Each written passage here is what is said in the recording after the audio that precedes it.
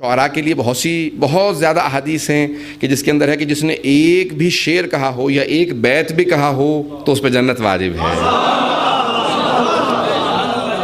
اہل بیت علیہ السلام کی شان میں ایک شعر کہا، من انشد فینا بیت شعر وجبت لہ الجنہ یا فلہ الجنہ، امام رضا کی بھی، اور بہت سے ائمہ علیہ السلام کی اس مضمون پہ بہت زیادہ احادیث ہیں کہ جس نے ہماری شان میں ایک بھی شعر کہا ہو اس پہ جنت ہے۔ یہاں تک کہ جب ایک بہت بڑا شاعر چھٹے امام کے پاس آیا، کہا کہ مولا میں نے آپ کے جد علی بن ابی طالب کی شان میں 5000 اشعار کہے ہیں، 5000 بیت کہے ہیں، 5000 ابیات کہے ہیں، اشعار کہے ہیں میں نے آپ کے جد کی شان میں۔ مولا نے کہا کہ ان کو مانتے ہو؟ کہا ان کو مانتا ہوں۔ کہا ان کے دشمنوں کو؟ کہا ان کے دشمنوں کو؟ کہا ان کو بھی مانتا ہوں، سب کو مانتا ہوں۔ مولا نے کہا تو وہ تیرے سارے اشعار رد ہیں؟ کہا آپ نے کہا ایک شعر کہے تو جنت ہے، میں نے 5000 اشعار کہے ہیں، آپ کہتے ہیں رد ہیں؟ کہا کیونکہ انہیں بھی مانتا ہے۔ تو کہا کہ اچھا ان سے اعلان برات کرتا ہوں۔ مولا نے کہا اب ایک شعر کیا؟ مولا نے کہا اب ایک شعر کیا؟ اس نے ایک شعر کہا۔ مولا نے کہا یہ تیرا ایک شعر ان 5000 اشعار سے افضل ہے۔ بڑا مشہور و معروف ایک شاعر گزرا ہے فارسی زبان کا، شہریار کے نام سے، اور 60s اور 70s میں، جب 60 کی دہائی میں، جب اس وقت نہ ویڈیو کیمریز اس طرح سے عام ہوئے تھے، نہ تصویریں عام ہوئی تھی، سن رکھا تھا کوئی شاعر ہے اور اس زمانے میں اتنا مشہور بھی نہیں تھا، تبریز کا ایک شاعر تھا شہریار، اس نے کچھ کلام کہا امیر المومنین کی شان میں۔ آغا مرعشی نجفی جو بہت بڑے آیت اللہ گزرے ہیں، حرم معصومہ قم میں نماز جماعت شروع کرنے کا شرف ان کا ہے۔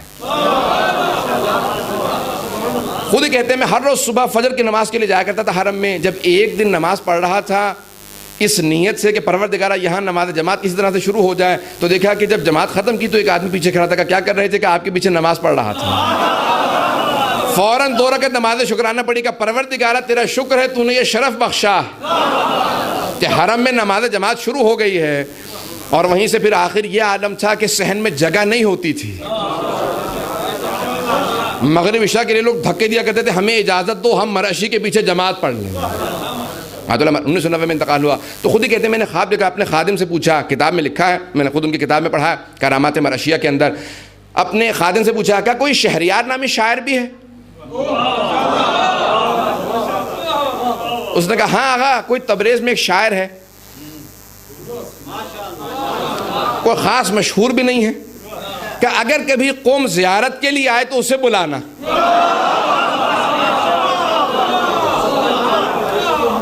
اگر کبھی قوم زیارت معصومہ کے لیے آئے نا تو اسے بلانا۔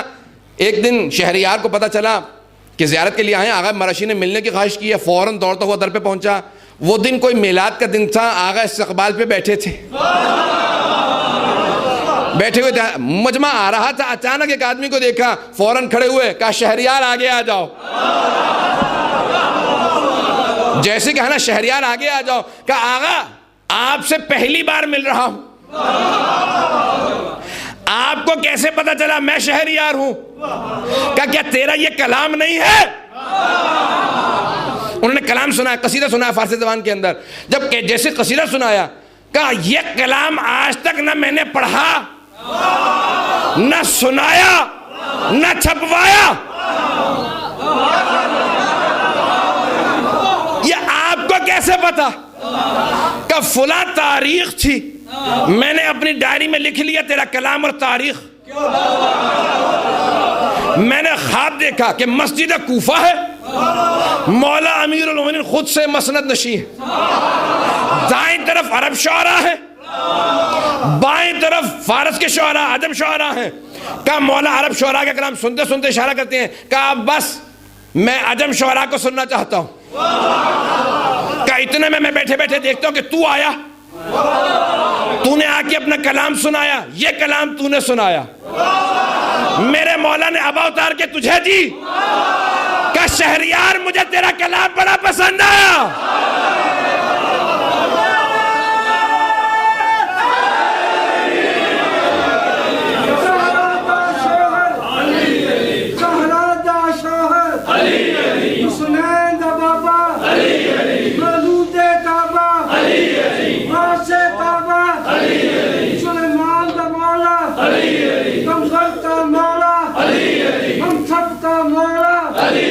اگلے بولو سب پچھلے بولو۔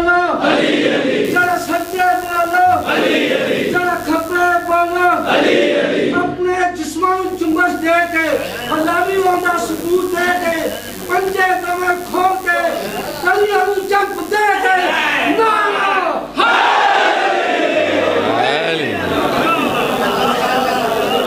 بس جیسے ہی آقا نے دیکھا کہ یہ تیرا کلام نہیں ہے، میں نے مولا اپنے خواب میں سنا کہ تو نے مولا کو یہ کلام سنایا ہے، بس یہ جملہ کہنا تھا، شہریار کی آنکھوں میں آنسو آ گئے، کہا جو تاریخ آپ بتا رہے ہیں اس رات میں نے وضو کر کے نجف کا رخ کیا تھا۔ میں نے کہا مولا آج آپ عطا کریں میں کچھ کہوں جو کسی نے نہ کہا ہو، کہ اس رات میں نے یہ کلام لکھا، آج تک سنایا نہیں۔ آقا مرشد نے کہا میں گواہی دیتا ہوں مولا نے قبول کر لیا، مولا نے قبول کیا ہے، اور وہ ہر جگہ چھپتا رہا، آج بڑا مشہور ہے۔ حضرات یہ ہے شعراء کا مقام، تو حضرات یہ اہتمام ہو لیکن تقدس ہو، انسان پاک دامن ہو۔ جب اہل بیت کی بارگاہ میں آئے تو وہ خود بخود قبول کرنے لگے۔ پاک دامنی شرط ہے، تطہیر افعال شرط ہے، کیونکہ وہ پاک ہیں، پاکیزگی کو قبول کرتے ہیں۔ اب الحمدللہ ہمارے اپنے ٹیلی ویژن کھل گئے ہیں، ہدایت پہ آ گئے ہیں، ہر جگہ پہ موجود ہیں، ہر جگہ پہ پیغام اہل بیت پہنچ رہا ہے۔